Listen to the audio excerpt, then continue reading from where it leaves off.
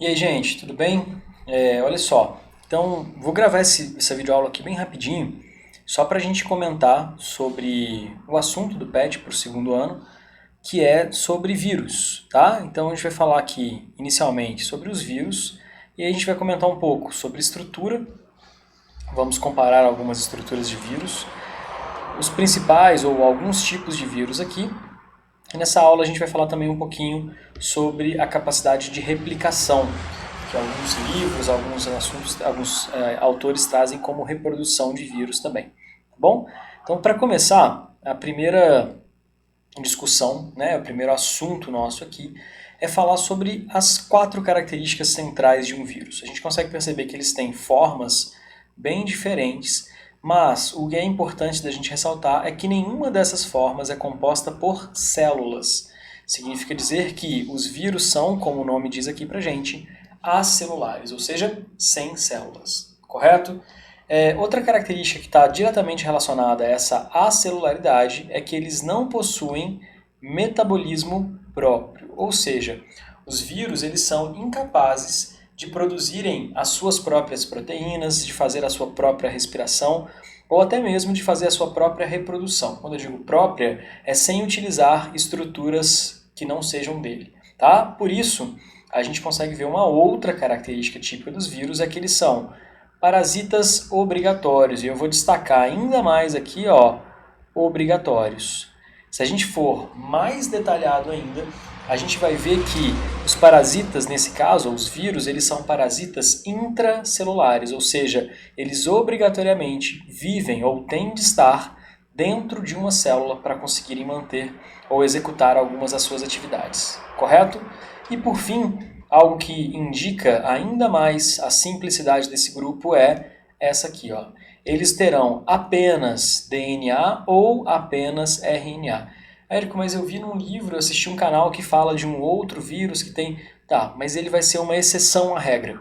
A regra para vírus é que eles possuem apenas DNA ou RNA. Inclusive, a gente vai ver que os tipos de vírus podem até ser separados dessa forma.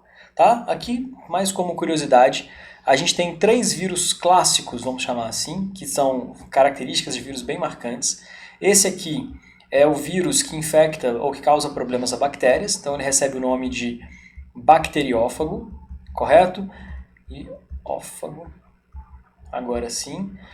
Fago significa alimentar bactéria, então ele se alimenta de bactéria. É um vírus que não possui capacidade de infectar animais ou plantas, tá? Naturalmente. Ele tem o corpo dele formado apenas por proteína e DNA. Tá? Ele não tem um envelope lipídico ou RNA, é apenas proteína e DNA.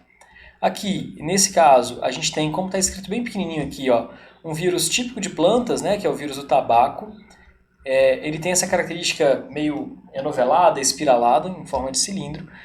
A parte interna dele é composta por RNA, ou seja, material genético, e a parte externa também por proteína, semelhante aqui.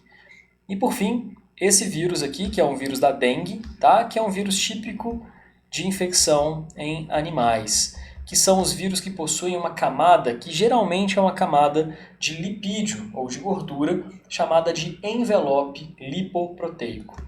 Correto? E aqui é bem interessante para a gente analisar essa estrutura em detalhe. O que eu tenho nessa estrutura é esse envelope, ou seja, essa capinha que está meio alaranjada aqui, ele é um envelope que a gente poderia colocar aqui, popularmente chamado de envelope de gordura. E qual que é a vantagem disso? A gente sabe que as nossas membranas plasmáticas também têm essa conformação, né? Elas têm essa organização, essa estrutura. Então, se eu tenho um vírus que tem a mesma estrutura que a membrana plasmática da célula, esse vírus tem uma facilidade de penetração. Ele consegue entrar mais facilmente nessas células. Tá? Internamente, continua tendo o capsídeo, que é a estrutura de proteína que protege o vírus, e o material genético. Vale a pena lembrar de novo que vai ser DNA ou RNA. Tá? Nunca os dois ao mesmo tempo. Em relação aos tipos de vírus, como eu tinha dito, a gente pode separar esses tipos de vírus aqui basicamente pela sua estrutura de material genético e o seu comportamento. O mais clássico de todos é ou são, né, os desoxivírus, que são vírus, como o próprio nome diz, de DNA, por isso desoxivírus, e os retrovírus, que são vírus de RNA, e os ribovírus, que também são vírus de RNA. Então, aqui, nesses dois últimos, a gente não consegue separar apenas pelo material genético. Então, o que vai acabar fazendo para a gente separar aqui é o comportamento. Os retrovírus, a gente vai ver, eles utilizam uma enzima específica, tá? Os retrovírus, eles possuem uma enzima que ela tem a capacidade de transformar fitas de RNA em fitas de DNA. Essa enzima recebe o nome de transcriptase reversa. Não se preocupem, a gente vai falar sobre HIV, sobre AIDS, e eu vou voltar a explicar isso aqui melhor. Já os RNA, o ribovírus aqui, eles não utilizam, não têm essa capacidade, e a gente vai ver que esses ribovírus eles se comportam como se fosse, ou algo muito próximo, a um RNA, a um RNA mensageiro da célula hospedeira, tá? Então, eu vou explicar também na próxima aula como que acontece a ação desses vírus aqui, correto?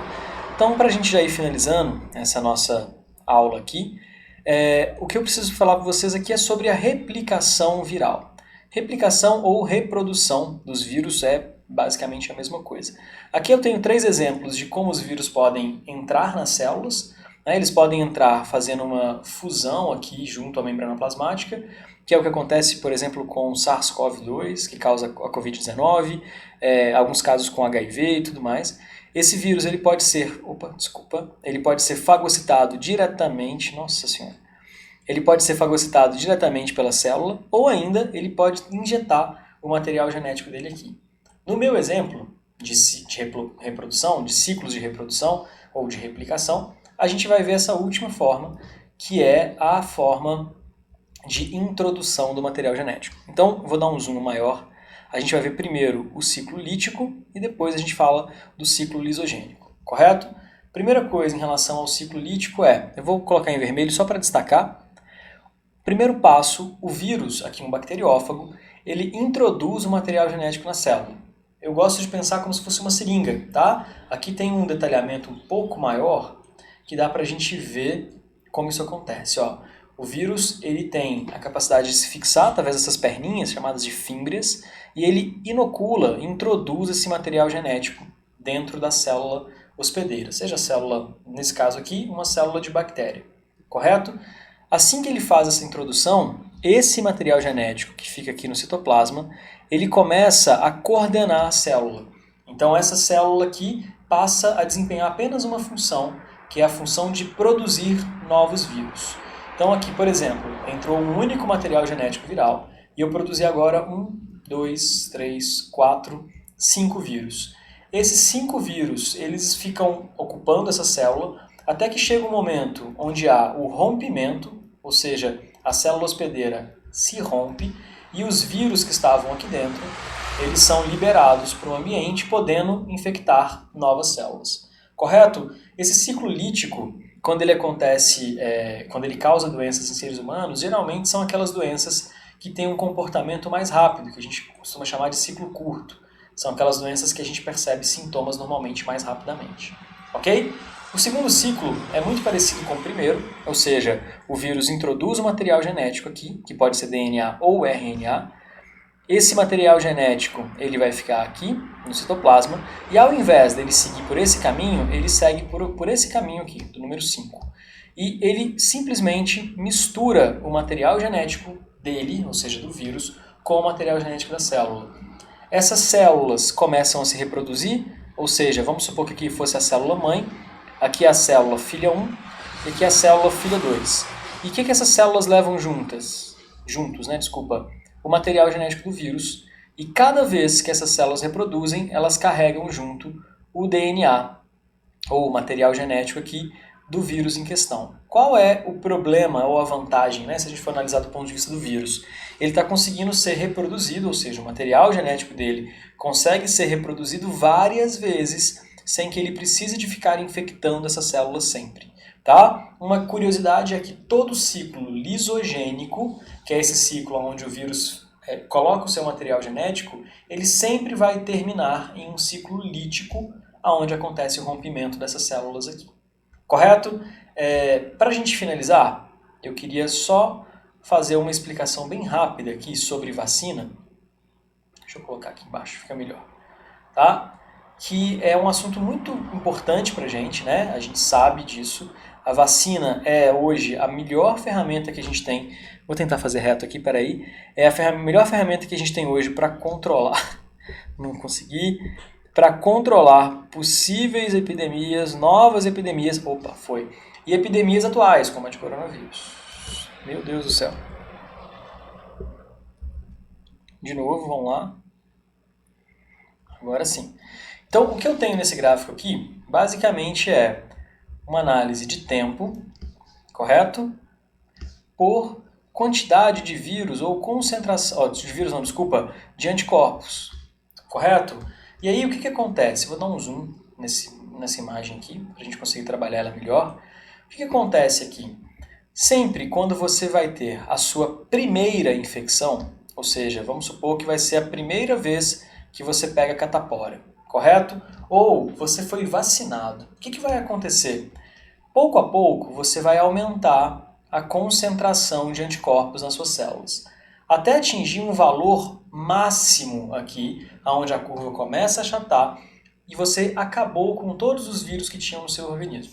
Ao invés dessa curva descer de uma vez, ela vai descendo aqui, normal, correto? Só que ela vai chegar num ponto onde ela para de descer e estabiliza.